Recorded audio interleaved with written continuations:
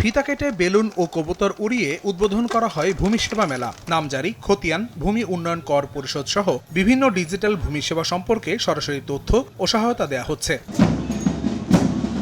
সিলেটে ভূমি সেবা মেলা উপলক্ষে বের করা হয় বর্ণাঢ্য র্যালি। অংশ নেন বিভিন্ন প্রতিষ্ঠানের শিক্ষার্থী এবং সরকারি কর্মকর্তা কর্মচারীরা। পরে বিভিন্ন স্টল ঘুরে দেখেন অতিথিরা।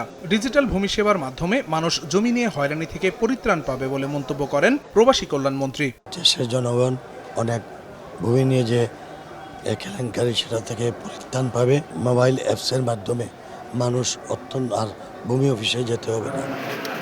পঞ্চগড়ে মেলার পাশাপাশি আয়োজন করা হয় কুইজ প্রতিযোগিতা ও সাংস্কৃতিক অনুষ্ঠান। ভূমির অবৈধ দখলদারদের বিরুদ্ধে প্রতিরোধ গড়ার আহ্বান জানান পানি সম্পদ প্রতিমন্ত্রী। নাটোরে ভূমি মেলা পরিদর্শন করে সমাজ কল্যাণ প্রতিমন্ত্রী বলেন, সরকার জনগণের কাছে নাগরিক সেবা পৌঁছে দিতে বদ্ধপরিকর।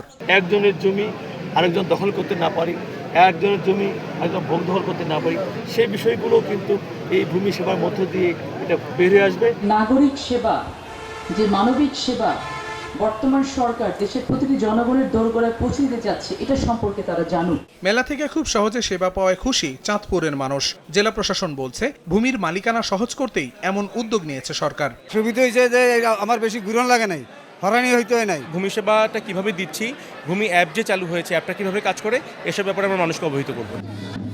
জেলায় জেলায় ভূমি সেবা মেলা চলবে আগামী 21 মে পর্যন্ত। আহসানুল করিম, সময় সংবাদ।